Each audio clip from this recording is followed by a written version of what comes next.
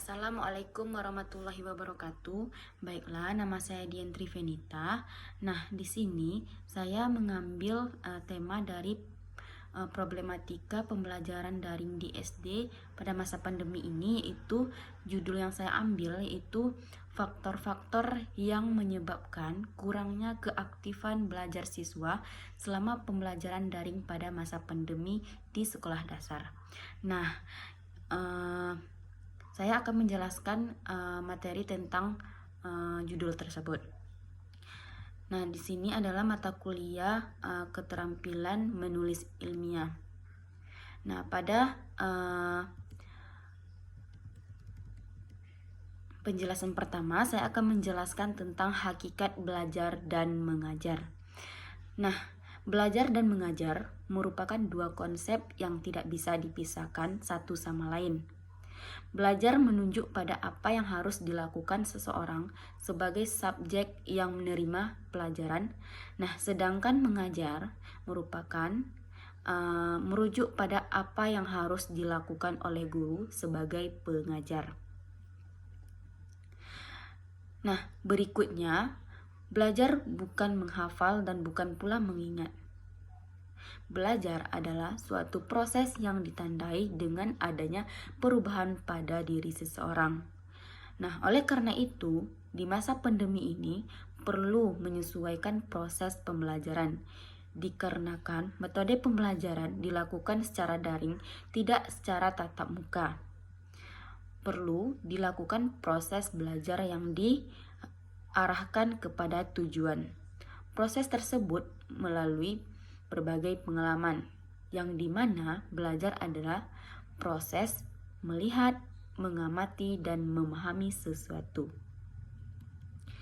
Nah, selanjutnya saya akan menjelaskan tentang komponen pengajaran. Yaitu yang pertama, kemana proses tersebut diarahkan. Nah, yang kedua, apa yang harus dibahas dalam proses tersebut. Nah, yang ketiga, bagaimana cara melakukannya. Yang keempat, bagaimana mengetahui berhasil tidaknya proses tersebut. Nah, selanjutnya itu komunikasi dalam proses belajar mengajar. Ada 3, yaitu yang pertama komunikasi sebagai aksi atau komunikasi satu arah. Yang kedua yaitu komunikasi sebagai interaksi atau komunikasi dua arah. Nah, yang terakhir yaitu komunikasi banyak arah atau komunikasi sebagai transaksi. Nah, bagian berikutnya yaitu faktor-faktor yang menyebabkan kurangnya keaktifan belajar siswa selama pembelajaran pada masa pandemi di sekolah dasar. Nah, pembelajaran online dilakukan dengan memanfaatkan teknologi khususnya internet. Pembelajaran online ini dengan sistem belajar jarak jauh, di mana kegiatan belajar dan mengajar tidak dilakukan secara tatap muka. Pembelajaran dilakukan dengan menggunakan media, baik media cetak maupun non-cetak. Nah, pada masa pandemi ini membuat kegiatan pembelajaran daring dilakukan. Hal tersebut menjadi tantangan bagi guru karena dalam belajar daring ternyata keaktifan siswa dalam belajar kurang terlihat dan siswa kurang intensif untuk bertanya atau menjawab. Nah, beberapa faktor meliputi yang menyebabkan kurangnya keaktifan belajar, yaitu ada 2, yaitu faktor internal dan faktor eksternal. Faktor internalnya yaitu merupakan seperti keadaan peserta didik yang menyebabkan kurangnya keaktifan dalam proses pelajaran, seperti kondisi kesehatan siswa, kesenangan dan kebiasaan minat siswa dalam belajar, kurangnya ketekunan, keuletan, dan semangat seseorang guru dalam memberikan motivasi belajar kepada siswa. Nah, faktor eksternalnya itu seperti hubungan guru dengan peserta didik, kurang kebiasaan guru memberikan pujian terhadap peserta didik, terlalu sering memberi hukuman atau teguran yang terhadap peserta didik yang tidak menunjukkan keterkaitannya pada media belajar yang digunakan guru saat proses pembelajaran. Nah, Bagaimana menjadi siswa aktif sejak awal? Nah, itu ada 3 penting yang harus dicapai.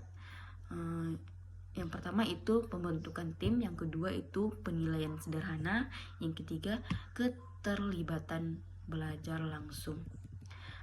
Nah, bagiannya itu yang pertama strategi pembentukan tim ini itu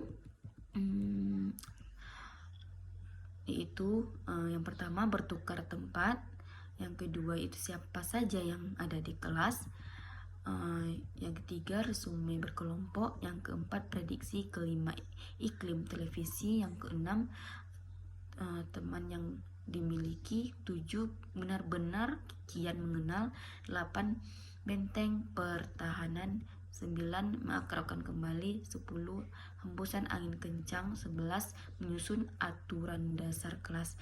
Nah, ke-11 tersebut adalah strategi yang seharusnya membentuk tim itu.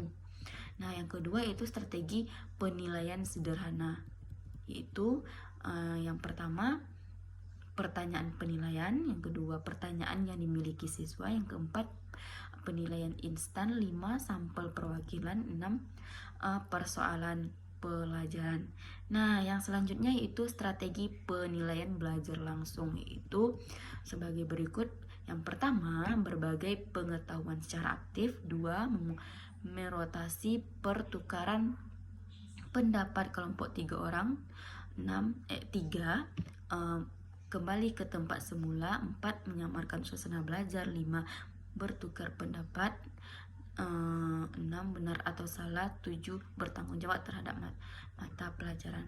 Nah, selanjutnya saya akan menjelaskan pada poin bagaimana membantu siswa mendapatkan pengetahuan, keterampilan, dan sikap secara aktif. Nah, pembelajaran aktif atas informasi, keterampilan, dan sikap berlangsung melalui proses penyelidikan atau proses bertanya. Siswa dikondisikan dalam sikap mencari aktif atau bukan sekedar penerima. Beberapa strategi supaya belajar aktif. Yang pertama, kegiatan belajar dalam satu kelas harus penuh. Yang kedua, menstimulasi diskusi. Yang ketiga, mengajukan pertanyaan. Yang keempat, belajar bersama. Yang kelima, mengajarkan sesama siswa. Yang keenam, belajar secara mandiri. 7, pembelajaran aktif. Dan yang terakhir itu pengembangan keterampilan. Nah, hanya itulah yang dapat saya jelaskan dari makalah saya.